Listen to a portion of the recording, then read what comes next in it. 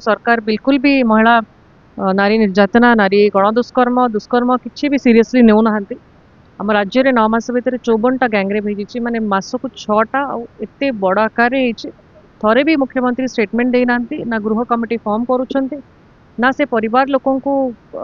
दुख प्रकाश करिसेंती ना मीट करके किसी कंपनसेशन दिया जायछि कि कौन एक्शन निया जायछि जो माने एभली दंड करिसेंती सेटा भी सामना को आसेनी।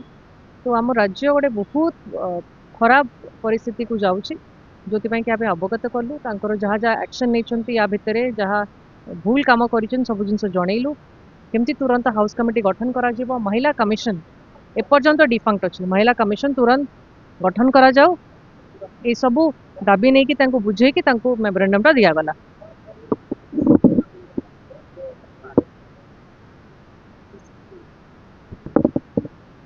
देखो कौन दफा लगे कौन करुँच पर आईन टी जाणिकी आम कहले बेटर हम कि रूल आईन भितर जहाँ करूँ।